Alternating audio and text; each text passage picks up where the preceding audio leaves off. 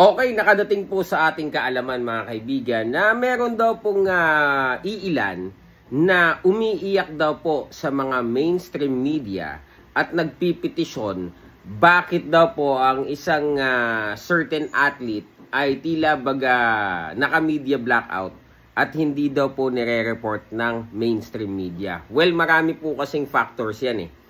Number one, yung pong tinatawag na newsworthy ba? Okay? Yan po ba ay karapat dapat ibalita? Ano ho ang significance ng laban? World title ba? Yan, yan ba ay world title eliminator? Yan ba ay lalaban sa isang mataas na kalibre ng boksingero din? Yun o yung mga qualities na tinitingnan kung yan po ba ay newsworthy. Pangalawa, syempre, hindi din po maaalis sa katanungan kung may magandang relasyon din po ba itong atleta na to sa media.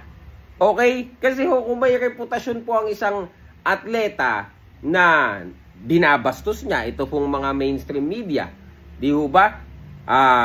Hindi na nga ho nagpapasalamat, hindi na nga grateful, mumurahin pa o babastusin pa itong mga membro ng mainstream media. Eh kung ganun po, ano pa ang aasahan nyo na pagsuporta sa mainstream, galing mainstream, mainstream people? Okay? Kaya ho marami ho nag-iiyakan, bakit hindi na ito binabalita, ito nag-press con pa. Itong isang boxer nag-press con pa, dinumog ng mga media, eh yung isa, kasabay naman niyang lalaban, ni isa wala. Doon na ho yun, pumapasok yung mga sinabi ho natin kanina, ano.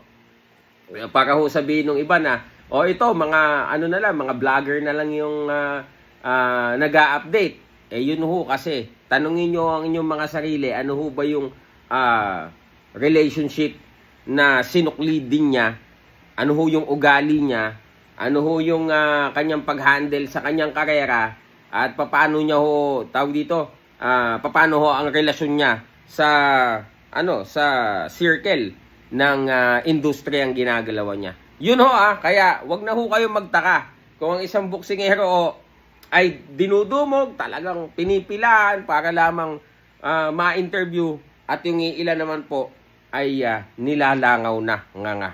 Yun po ang kasagutan dyan. Silver Voice TV, magandang araw po sa inyong lahat.